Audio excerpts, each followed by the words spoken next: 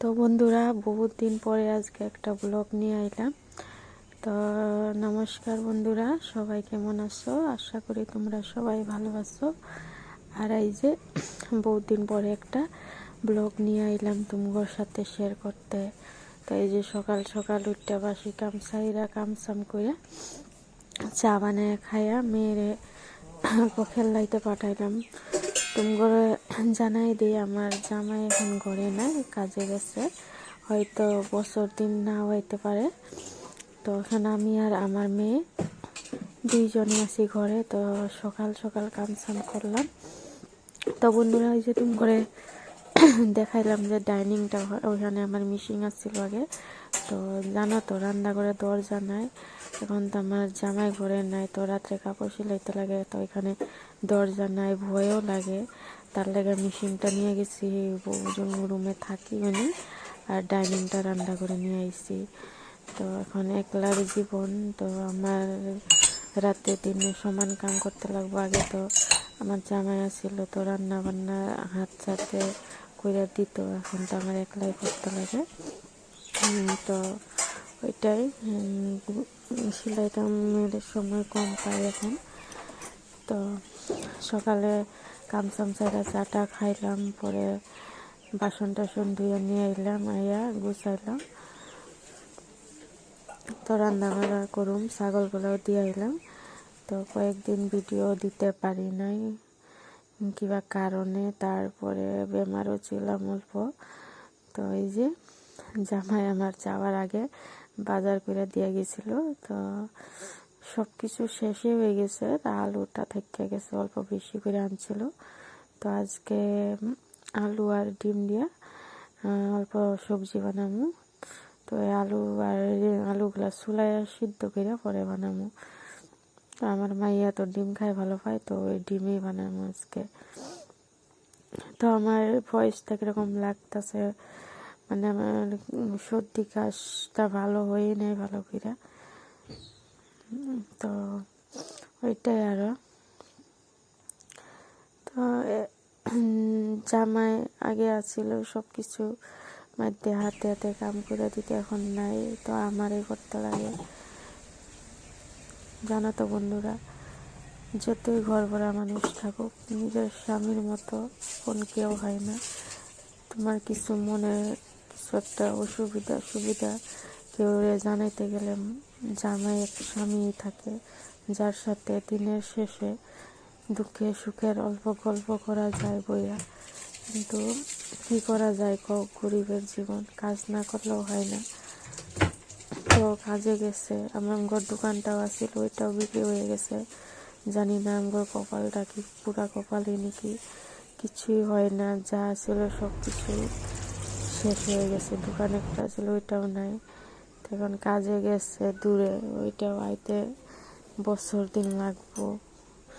তো ওইটা আমি একলা, আমি আর আমার মাইয়ের নিয়ে সব সামলাইতে লাগে। এদিকে টিউশন পড়ায়, কাটিং শেখায়, পরে রান্না বান্না, ছাগল মুরগি, মাইয়ারে সাবধান করা, বহুত হঠাৎ প্রেশার করে যায়। আমি তো করে বাইরের কাজ, সমস্ত কাজ দেখাইতে পারি না, খালি টুকিটাকি রান্নাগুলো অল্প ভিডিও করি। আর তোমরা তো জানোই আমি বাইরে ক্যামেরা ধরতে পারি না, কারণ আমার শ্বশুরবাড়ির মানুষের আমারে ভিডিও করা দেখলে হয়তো হাসবো, আমারে মানে খারাপ কথাও বলবো, যে তুমি এগুলা কি করো, বউ হয়ে ক্যামেরা নিয়ে, এসব কি আমগর ঘরে চলবো না, এই আমগর পরিয়ালে এরকম চলবো না, তুমি কি করো, এইসব কথা কইব। তো ওর লেগে আমি ঝগড়া এগুলো ভালো পাই না, ওর লেগে আমি বাইরেরটা দেখাই না, ঘরে যা করি ওইটাই দেখাই। তো সবাই তো এক হয় না, জানো তো। যা ছিল আমার নিজের মানুষ, আমার মা, ওইটা তো ভগবানে কায়রা নিয়েই গেছে গা। আর একজন যা ছিল আমার স্বামী, ওরেও ভগবানে বিদেশ নিয়ে গেল গরিবের অভাবে। তাই এখন আমার একলার জীবন, ওইটাই। কখন কখন মনে বহুত কষ্ট লাগে, জানো তো বন্ধুরা, কষ্ট লাগে। এই কষ্টগুলা মনে বুকে চাপ রাখিয়া কাজ করে দিন কাটাইয়া যায়। কি করা যায় কও।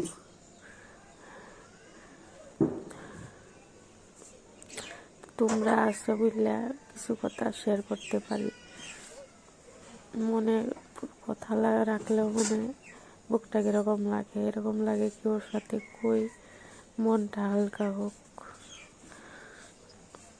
তো ওইদিকে আমি বন্ধুরা ডিমগুলো সিদ্ধ দিয়েছিলাম, কুকারে দিয়ে দিয়েছিলাম, ডিমে আলু সিদ্ধ হয়ে গেছে। সিদ্ধ হওয়ার পরে ডিম আলুগুলো আমি চুলাই নিলাম, চুলানির পরে কড়াইটা বয়াই দিলাম, আলু আর ডিমের তরকারিটা বানাই নিব।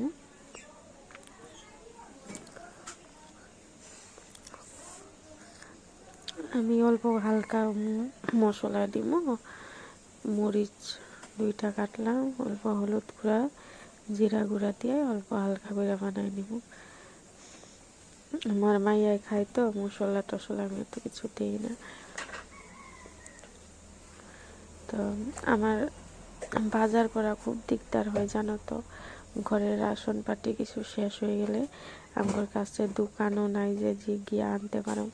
তো মানুষের কইলেও যাইতে খুঁজে না। তো কি করা যায় আর, কখন কখন কিছু না থাকলেও বিনা ওরকম করে বানায় খাই আনি থাকি। তো কালকে চা বানাইতে গেলাম, দেখি চিনি না, তো কি করা যায়, পরে জানো তো লবণ দিয়ে চা খাইয়ে নিলাম এরকম। তো ওর অভাবটা খুব হয়, ও থাকলে যতই হোক অল্প অল্পই হোক ওইলা আনতো, সময়ে সময়ে আনতো অল্প অল্প করে, ওখানে নাই তো আনার আর মানুষ নাই, ওরকম করেই চলতেছি। তো একদিন সময় পাইলে দোকানে গিয়ে সবগুলা মানে টুকিটাকি বস্তুগুলো কিনে আনি আই। তো ওরকমই শেষ হইলে আর মানে যাওয়া যায় না। তো ডিমটা 2বারে লেগে বানাই নিতেছি, 4টা ডিম। এখনও খামো, রাত্রেবেলা হয়ে যাবে, খালি গরম করে অল্প ভাত বানাবো। তো অল্প ভয়ও লাগে, কারণ আমার রান্নাঘরের দরজাটা নাই। তো রাত্রে আমি আর আমার মাইয়াই ঘুমাই। তো পাশেই আমার এখানে বাবু ভাড়ায়, মানে হাতি ভাড়ায়। তো ভয়ও লাগে, কি করা যায় কো। তো থাকতে তো লাগবো এরকম করে। আর তো ভগবানরে ডাকি, আর তোমরাই আমগর সহায়, তোমরাই দেখো আমগরে, আর কেউ নাই দেখার মতো এখানে। জানি না ভগবানের দেখে না নাই, শুনে না নাই আমগর কথা। তো বিশ্বাস রাখি আরও মনো, ভগবানের আমগরে এত দুঃখ কষ্ট দিতেছে, তা আমগর ভগবানের উপরে আমরা অভিযোগ করি না যে ভগবানের দিতে বলে ভালো। আমরা ভগবানের আমগরে দুঃখ কষ্ট দিতেছে বলে ভাবি না, আমরা ভাবি হয়তো আমরা কপালে লিখা ছিল, ওইটাই আমরা ভোগ করতেছি। তো ওইটাই দৌড়ের দৃশ্য কিছু লাভ আসছে, নিজের যদি কপালটাই খারাপ থাকে। দেখো কথা কইতে কইতে আমি তরকারিটা বানিয়ে নিলাম, কালা জিরা দিয়ে বানাইছে, তো সর্দি তো, আর ডিমের ঝোলে অল্প হালকা কালা জিরা ফোড়ন দিয়ে বানাইলে সবজিটা বেশ ভালোই লাগে খায়া। তো আমার মাইয়াটা খুব কান্তা ছিল, ওরে নিয়ে আইলাম, এক হাতে ডিমটা দিলাম, তো ছিটটা পড়ে গেছে ঝোলটা গ্যাসের মধ্যে চৌকাটা। তো ওই যে তরকারি হয়ে গেল আমার, তো মাইয়ারে স্নান টান করে ভাত খাওয়াই দিলাম, আমি অল্প স্নান করে আইলাম, এখন আমি ভাত খাবো। তো আজকাল লেগে এইটুকুই, দেখাইব আরেকটা নতুন ব্লগে। ততটুকু তোমরা ভালো থাকো, সুস্থ থাকো, ভগবানের নাম স্মরণ করো।